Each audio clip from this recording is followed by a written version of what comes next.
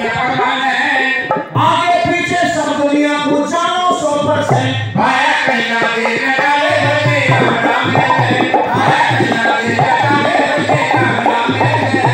आइए आपको मिलवाते हैं एक ऐसे अंतर्राष्ट्रीय कलाकार और उनकी टीम से जो कि पूरे भारत ही नहीं वरन अनेक देशों में अपनी जो कला का लोहा मनवा चुके हैं और एक पीढ़ी दर पीढ़ी जो इनके जो दादाश्री थे जहूर खां मेवाती जी, उन्होंने एक भपंग की एक फिल्मों में शुरुआत की। आज तीसरी पीढ़ी ये लगातार और इनके जो शागिर्द हैं वो धूम मचाए हुए हैं। तो क्या कहना है आपका?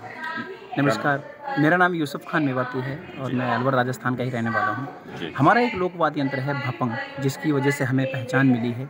मेरे दादाजी मेरे परिवार से 18वीं जनरेशन में आते थे और 19वीं जनरेशन में मेरे पिताजी, 20वीं जनरेशन में मैं और 21वीं जनरेशन में मेरा बेटा है, जो आप सभी के बीच में भी परफॉर्मेंस किया। क्या नाम है बेटे?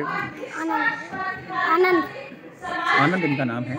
और इस भपंग वाद्य यंत्र को जो मेरे दादाजी थे, उन्होंने एक अच्छे लेवल पर, इंटरनेशनल लेवल पर परफॉर्मेंस दी। लगभग 75 देशों में अपनी प्रस्तुति दी। और उस ज़माने में सन 68 में बाबा ने फिल्मों में बजाना शुरू किया। आंखें फिल्म थी मुख्य धर्मेंद्र की, जिसमें गाना था तुझको रखे राम तुझको अल्लाह रखे। गंगा जमुना में बजाया, नया दौर में, सन ऑफ इंडिया में, न्यू दिल्ली किशोर कुमार की में। बाबा को 93 में नेशनल अवार्ड प्राप्त हुआ था। उस ज़माने में पापा टूरिज्म डिपार्टमेंट में LDC पोस्ट पर रहा करते थे। लेकिन जी मेरे पापा थे उमर फारूक मेवाती।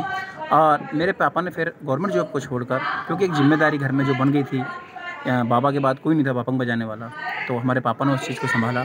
और पापा भी लगभग 44 देशों में गए। आपकी तीसरी से बल्कि चौथी पीढ़ी चल रही है। जी, चौथी पीढ़ी चल रही है। मेरे उससे पहले भी हमारे परिवार में गाना बजाना चलता रहा। कला को आप किस रूप में लेना चाहते हैं कि भाई कला की कद्र है, या मतलब जो कला की वजह से आप पूरी पहचान मिली आपको, तो और कलाकारों को हौसला अफजाई के लिए क्या कहना चाहेंगे? देखिए, उस ज़माने में बहुत सारा सपोर्ट मिलता था कला को लेकर।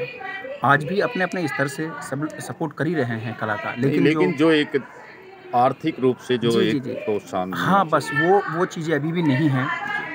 जैसे एक 100 दिन का नरेगा रोजगार को भी गारंटी होती है कि 100 दिन को उसे काम मिलेगा, लेकिन लोक कलाकारों की कोई गारंटी नहीं। सरकार की तरफ से आपका कोई ऐसा कार्ड नहीं बना होगा? जी, ऐसा कोई कार्ड नहीं है आपको कोई फायदा हो? बिल्कुल। वैसे तो बहुत सारी स्कीमें चली रही हैं, लेकिन उन चीज़ों का लाभ कोई लेने वाला ही ले जाता है, हम तक वो नहीं पहुंचता। अच्छा, कलाकारों के लिए अलवर में या और किसी शहर में कोई बड़ी कॉलोनी का कोई जहाँ के कलाकार रह सकें, आवासीय कॉलोनी? देखिए, हर जगह मेरी एक डिमांड जरूर रही है सरकार से। मैंने कांग्रेस सरकार में भी कहा और BJP सरकार में भी। पूरे राजस्थान में अगर हम देखा जाए, जैसलमेर है, जोधपुर है, जयपुर है, बाड़मेर है, सब जगह कलाकार कॉलोनी बनी हुई है। अलवर में नहीं है। अलवर में नहीं है। उस कलाकार कॉलोनी में जब हर एक समाज के बच्चे कला को सीखते हैं तो एक दूसरे का रियाज बना रहता है। लेकिन यहाँ पे हम लोग मिलते ही तब हैं जब हमें परफॉर्मेंस के लिए जाना होता है। आपका क्या नाम है? मैं घनश्याम प्रजापत जी। सतीश भाटिया चैरिटेबल ट्रस्ट द्वारा 30 अप्रैल 2025 को आखातीज के शुभ मुहूर्त के दिन सर्वजातीय निर्धन वर्ग की कन्याओं का निशुल्क सामूहिक विवाह समारोह का आयोजन होने जा रहा है। सतीश भाटिया चैरिटेबल ट्रस्ट का मुख्य उद्देश्य बाल विवाह रोकना, दहेज प्रथा से मुक्ति दिलाना और गरीब परिवारों की कन्याओं का निशुल्क विवाह करवाना है।